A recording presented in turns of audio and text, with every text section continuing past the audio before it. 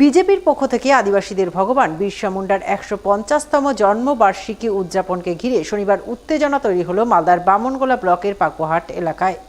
বিজেপির মঞ্চ ত্রিপল দিয়ে ঢেকে দেওয়ার অভিযোগ উঠল শাসক দল তৃণমূলের বিরুদ্ধে, যদিও অভিযোগ অস্বীকার করেছে তৃণমূল। এই ঘটনাকে কেন্দ্র করে ব্যাপক উত্তেজনা তৈরি হয় পাকুয়াহাটের ডাকবাংলো মোড় এলাকায়।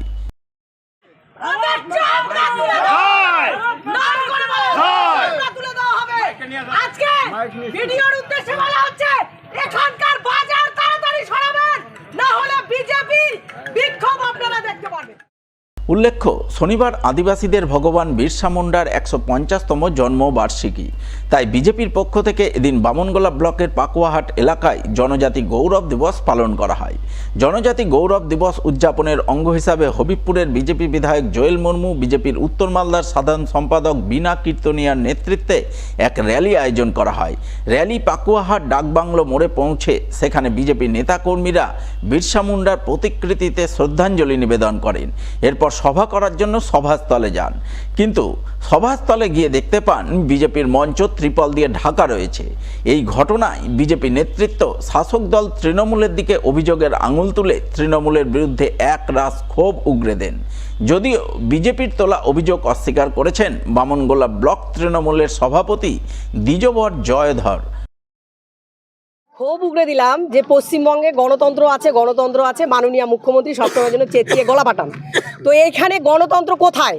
কিছুদিন আগে আমাদের এখানে একটা বন্ধ ছিল, সেই বন্ধ কর্মসূচিতে আমরা কিচ্ছু না, আমরাও র্যালি করছিলাম, কিন্তু এই ডাকবাংলার রাস্তায় আমাদের বিজেপির র্যালিকে ঢুকতে দেওয়া হয়নি, সেখানে তৃণমূলরা আটকে দিয়েছে।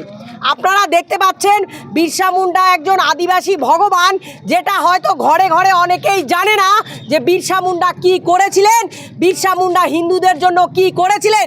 উনি হিন্দুদের ধর্মান্তকরণ বন্ধ করেছিলেন, হিন্দুদের রক্ষার্থে উনি জীবন দিয়েছেন। এই কথা জানানোর জন্য আমরা জনগণকে জানানোর জন্য একটা টেন্ট করা হয়েছিল এখানে, যে এই কথাটাই বলবো বিরসা মুন্ডা সম্বন্ধে এখানে কোনো বিজেপির গল্প হবে না, কিন্তু সেই আদিবাসী নেতার কথা কাউকে জানাতে দেওয়া হবে না বলে তৃণমূলের সংস্কৃতি দেখুন এই টেন্ট ঢেকে দিয়েছে।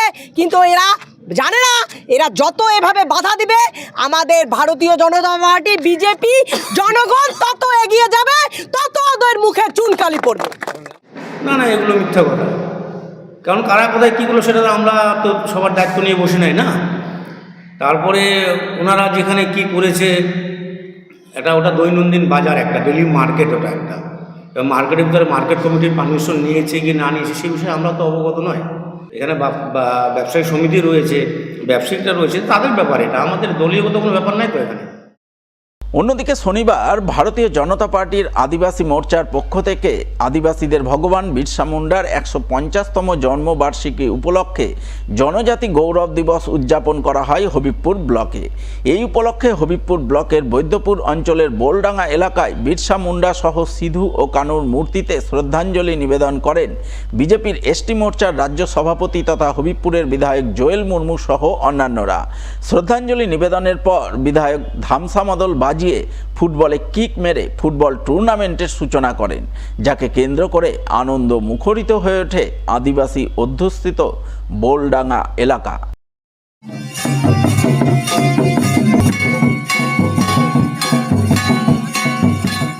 ভগবান বিরসা মুন্ডা ১৫০তম জন্ম বার্ষিকী উদযাপন করা হচ্ছে, যে জনজাতি গৌরব দিবস।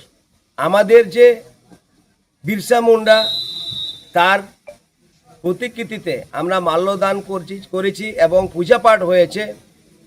পূজা অর্পণা করার পর আমাদের যে ফুটবল খেলা এবং আমাদের যে আদিবাসী নাচ গান হয়েছে, তার সাথে সাথে আমাদের এখানে তীর নিক্ষেপ হবে এবং বিভিন্ন রকমের আদিবাসী যে এখানে ট্রেডিশনালের যে নাচ গান হবে।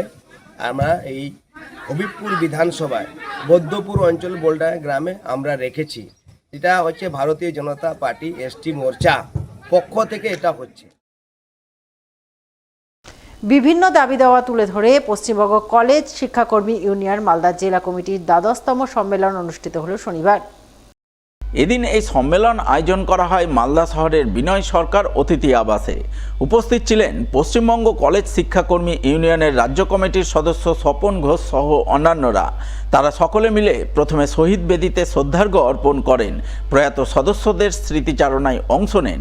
এরপর সকলে মিলে সাংগঠনিক নানান বিষয় নিয়ে আলাপ আলোচনা করেন। কলেজ শিক্ষাকর্মীদের বিভিন্ন দাবি দাওয়া তুলে ধরে সরব হন। দাবিগুলির মধ্যে কলেজে শিক্ষার পরিবেশ ফিরিয়ে আনা, কলেজ শিক্ষাকর্মীর শূন্যপদে কর্মী নিয়োগ করা, শিক্ষাকর্মীদের সমকাজে সমবেতন দেওয়া ইত্যাদি ছিল অন্যতম। এই সমস্ত দাবি আদায়ে সংগঠন নেতৃত্ব ধারাবাহিকভাবে লড়াই আন্দোলন চালিয়ে যাওয়ার সিদ্ধান্ত গ্রহণ করেন এদিনের সম্মেলনে। পশ্চিমবঙ্গ কলেজ শিক্ষাকর্মী ইউনিয়নের ১২তম জেলা সম্মেলন এখানে অনুষ্ঠিত হচ্ছে সরকার অতিথি আবাসে। এর আগে ২০৯১ সাল থেকে শুরু করে আমরা আজ পর্যন্ত এই ১২ সম্মেলনে মিলিত হয়েছি।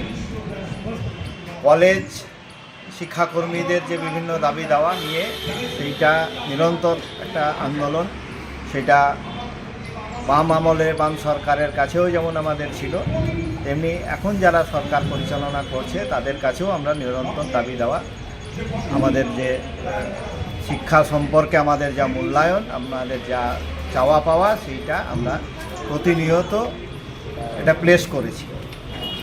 আমরা অবসর কলেজ শিক্ষাকর্মী সমিতির নাম দিয়ে আমাদের যারা অবসর নিয়েছে তাদেরকেও এই শিক্ষা আন্দোলনে যুক্ত করে সবাইকে নিয়েই আগামী দিনে বৃহত্তর শিক্ষার স্বার্থ আমাদের যে লড়াই, সেই লড়াই আমরা জারি রাখার উদ্যোগেই আজকের এই সম্মেলন।